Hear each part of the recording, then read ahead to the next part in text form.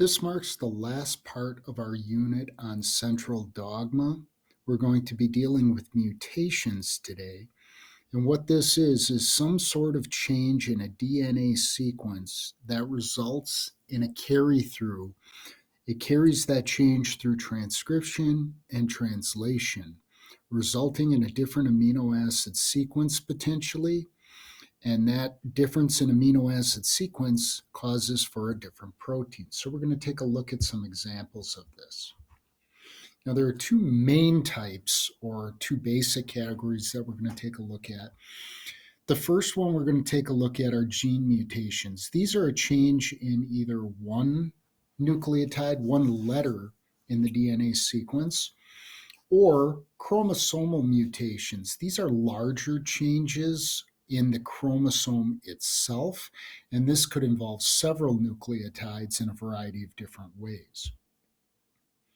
First one we're going to take a look at here are called point mutations. These are changes in a single nucleotide. The three main types are substitution, insertion, and deletion. Substitution is an easy one to show. Insertion and deletion can actually be a little bit more complex. Notice in a substitution, usually the change is limited to one amino acid in the sequence. Insertions and deletions can cause an entire shift in the DNA code, which can result in a larger impact on the protein as a whole. First one in a substitution. Basically what we're doing is we're taking one base out and putting another base in. The whole DNA sequence is not altered, just one letter. So as you take a look here, this three-letter sequence that codes for the amino acid arginine, when replaced, you can see that the G is replaced with a T. The C is replaced with a T in the DNA. And as a result of that, that changes the mRNA codon. And instead of placing arginine, we now place a new amino acid, histidine. And this can have an effect on the protein.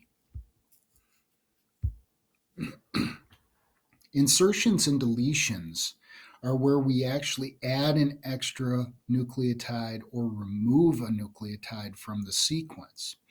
What this results in is something called a frame shift.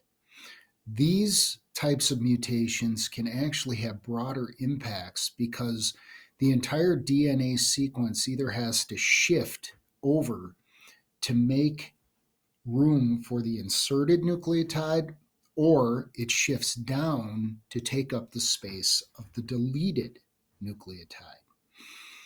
What this does then is it kind of screws up the three base sequences because you're still reading these every three nucleotides as codons. And so what that can do is it can shift everything down and screw up all the amino acids going all the way down the line. So another term for these point mutations are called frame shift. Chromosomal mutations are where segments of the whole chromosome can either be removed, that's called a deletion, repeated, that's called duplication, flipped over, that's called an inversion, or a piece of a chromosome can actually break off and reattach itself to a different chromosome in a different location. And that's called translocation. I just want you to know what kind of chromosomal mutations these are, but we're not going to focus too heavily on their impacts on a protein. So you can see the deletion, a segment of chromosome was removed. Duplication, the B section of the chromosome is repeated. In this one, the inversion, the chromosome detached at the B and C and flipped over. And then this segment of GH came from a different chromosome in another location and reinserted itself between the B and the C.